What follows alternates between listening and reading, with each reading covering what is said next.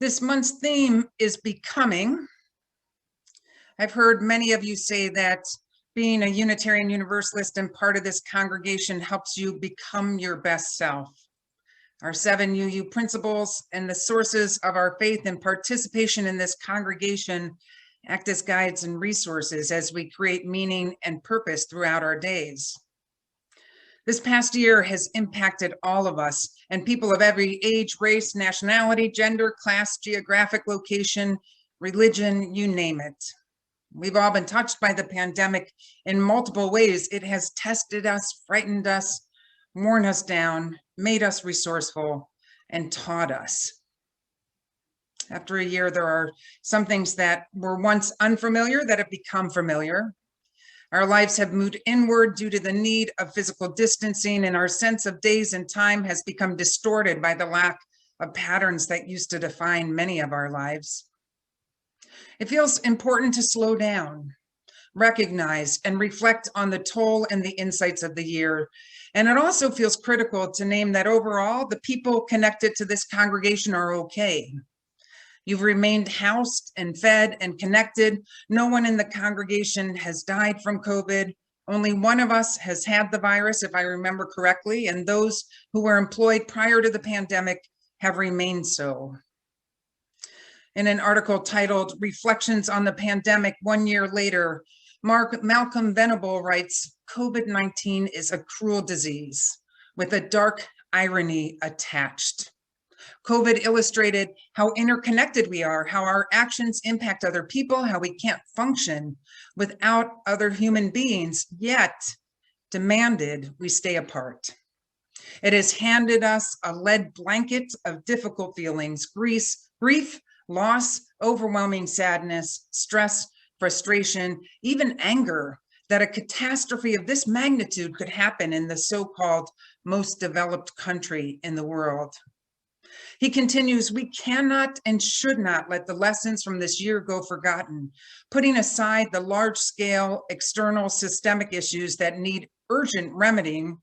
Enduring this plague meant looking at our individual lives in ways that wouldn't have happened if the usual distractions were still available. Stuck at home, acutely aware of all we couldn't do, some big questions might have popped into our heads. Do I like my life? Do I like myself?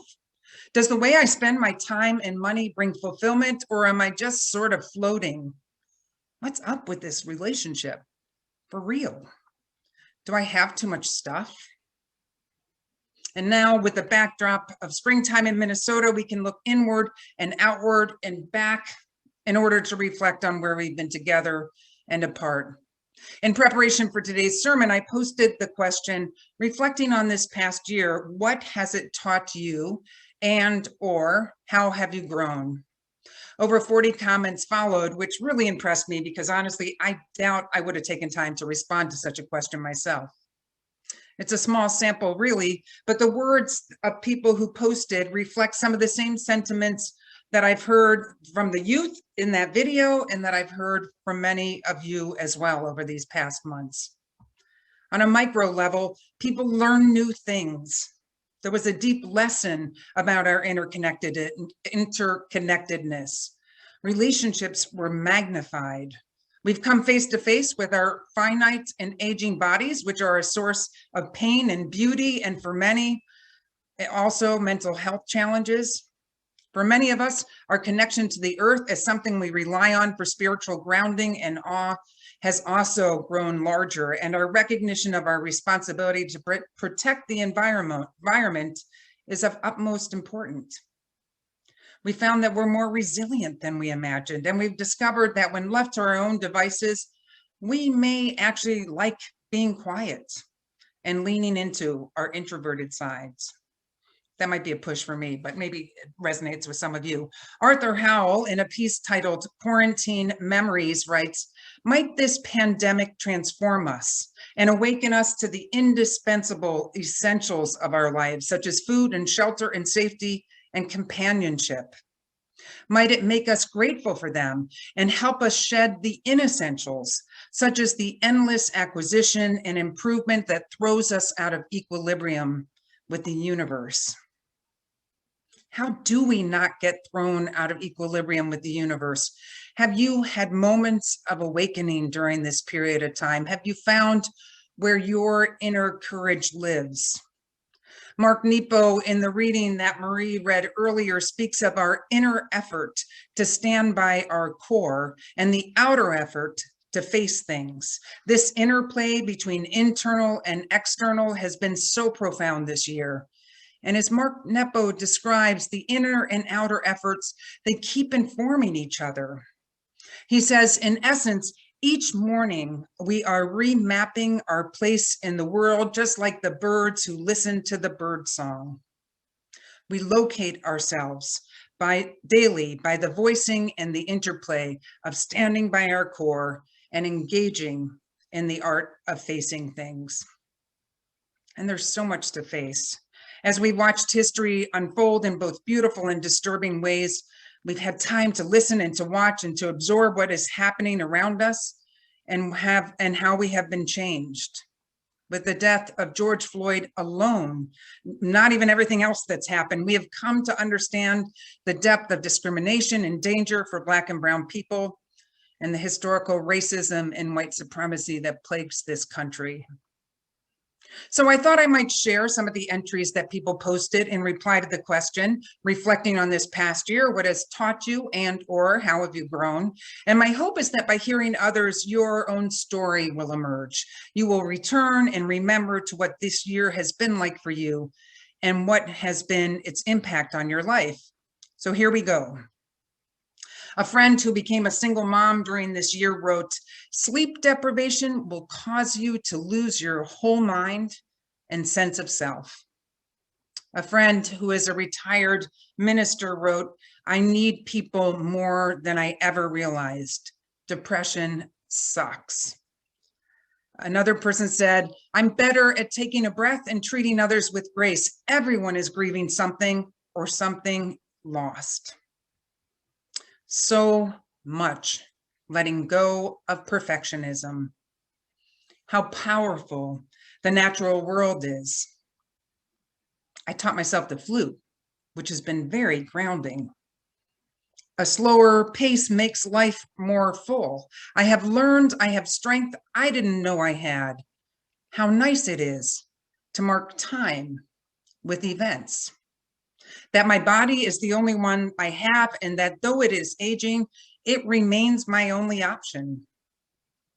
I've learned to love various specific flowers, I mean the cooking flowers, and how to best use them. Saying I love you can be the moment that one may hold on to forever. The last interpretable action my father made was mouthing "I love you" to my mother. And that was it. My feet dislike shoes. My Black friends and neighbors are living in such high levels of stress and trauma right now. I learned how to cut my husband's hair and trim his beard. I may be ready to let go of some things that have been important. I've learned how my deck and my porch are really nice, and if I have people outside, I don't really need to clean up inside. Turns out I'm way more private and introverted than I realized. I've grown to understand that the work of saving the planet is anti-racist work. And I learned the necessity of self-care and of looking for and dwelling in joyful moments. As we reflect on where we've been, we also recognize that the months ahead are murky and uncertain. During a recent COVID team meeting and board meeting at MSUS, we all struggled with how to reconcile the constantly emerging science with our desire to be together again. Ana Vicinia Suarez started these months of the pandemic by circling a date in the future when she thought this thing would be over. And then as that date passed, she looked ahead a couple months and circled another date. In a piece she authored, she writes, "I now realize quite belatedly that the pandemic won't end with a firm and bold explanation. There won't be a visible demarcation. No, the end, fin, enda, to celebrate with balloons and ice cream cake.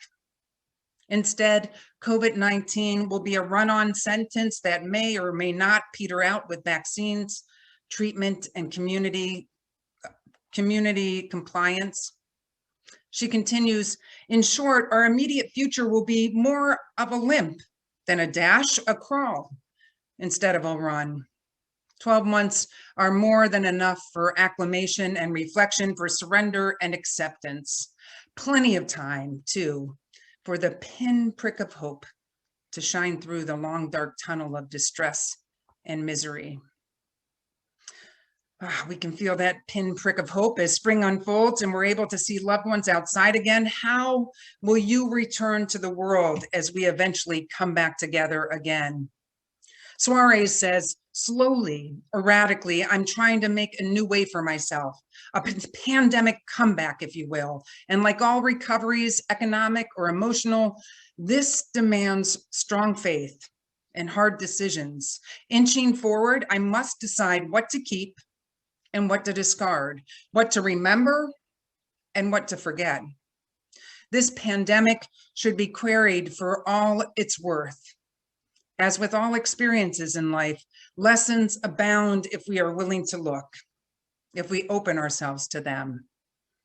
She closes out with, though we are well aware of the immeasurable losses in the US alone, more than 500,000 deaths and millions unemployed, I'm focusing rather reluctantly on the positives that have come from being bowled over by a collective calamity.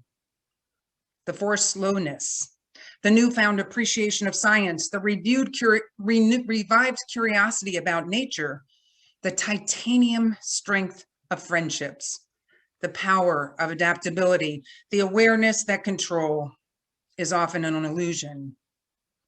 We hear others and ourselves sometimes speak of arriving at this new normal. I think Tom may have mentioned it when he was talking about playing cards. What if we took all that we've learned this past year and leave normal aside? What if we decide to recognize that all that is given to us that we have not earned can be taken in a moment? I think of Peter Mayer, who graciously sang his song Holy Now twice on Friday night so that we could record it the second time. The end of his song goes like this. It used to be a world half there, heaven's second-rate hand-me-down. He was a Catholic prior to being a Unitarian Universalist.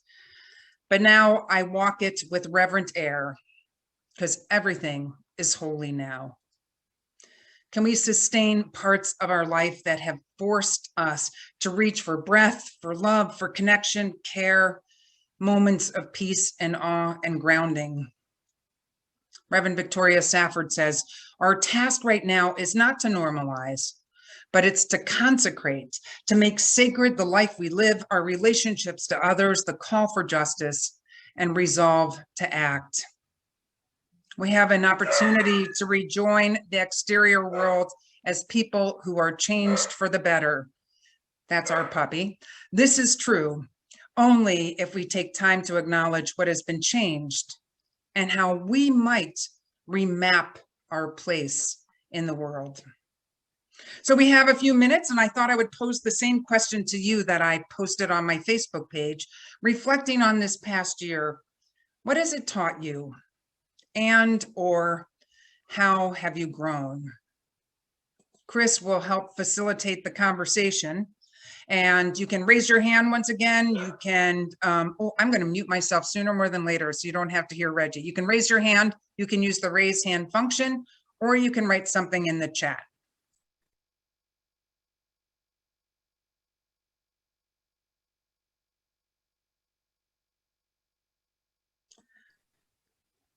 I see that. Go ahead. Oh, go ahead, Chris. I have learned a greater appreciation for how much music is my spirituality and how much playing with other people, not just playing alone, really, really adds to my life. Thanks, Polly. Anybody else? I see that Norma wrote about Marilyn, that Marilyn always thought she wanted to be a hermit, and she learned not so much.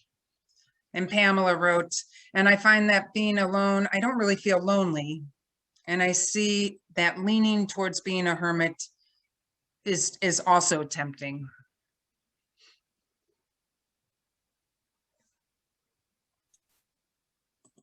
Elizabeth, did I see your hand up?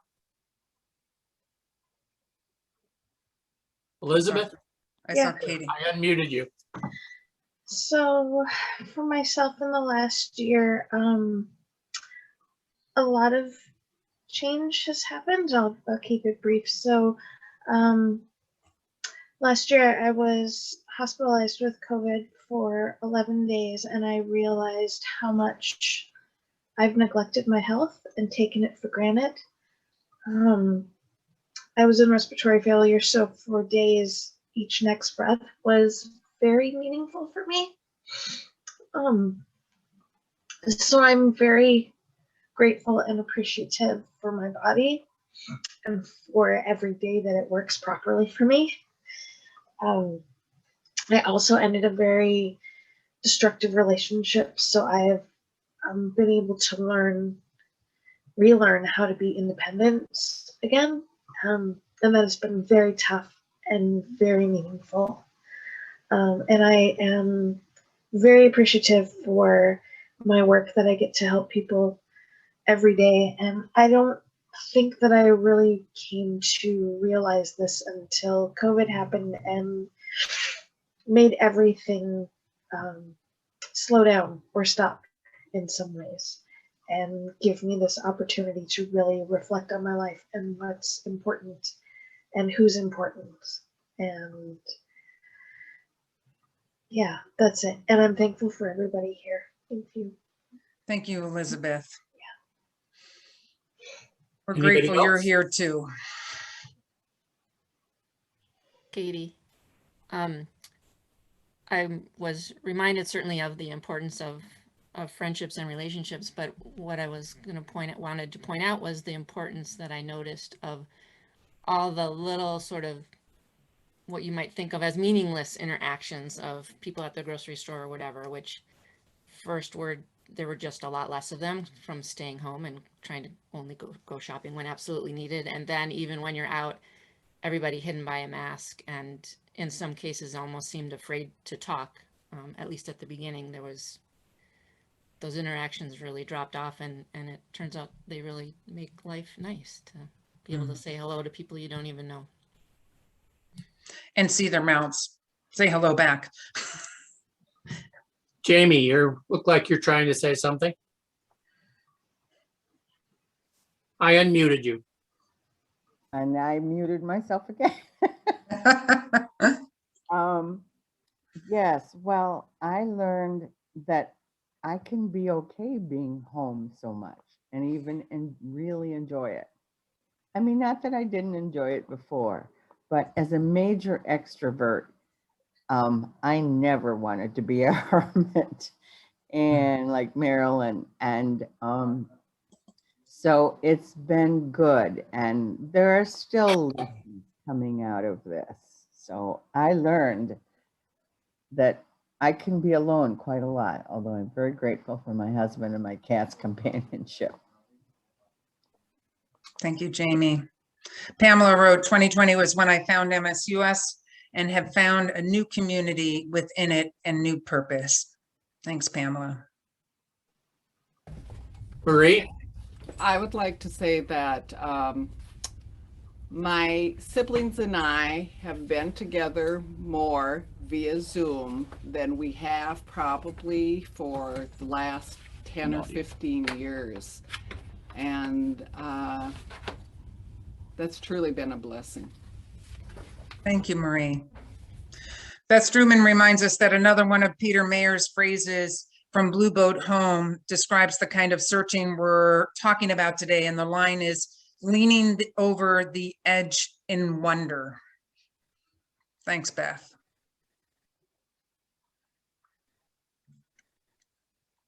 Well, I know not everybody processes externally, so I encourage you, though, just to maybe take some time in the days or weeks or months ahead to really reflect on this question. This year, I think is one of the strangest in terms of time. It seems to have flown by and lasted forever at the same time, but I think it's important to reflect on this year. It will go down in history. It will be one we will talk about and share and reflect on for the time to come.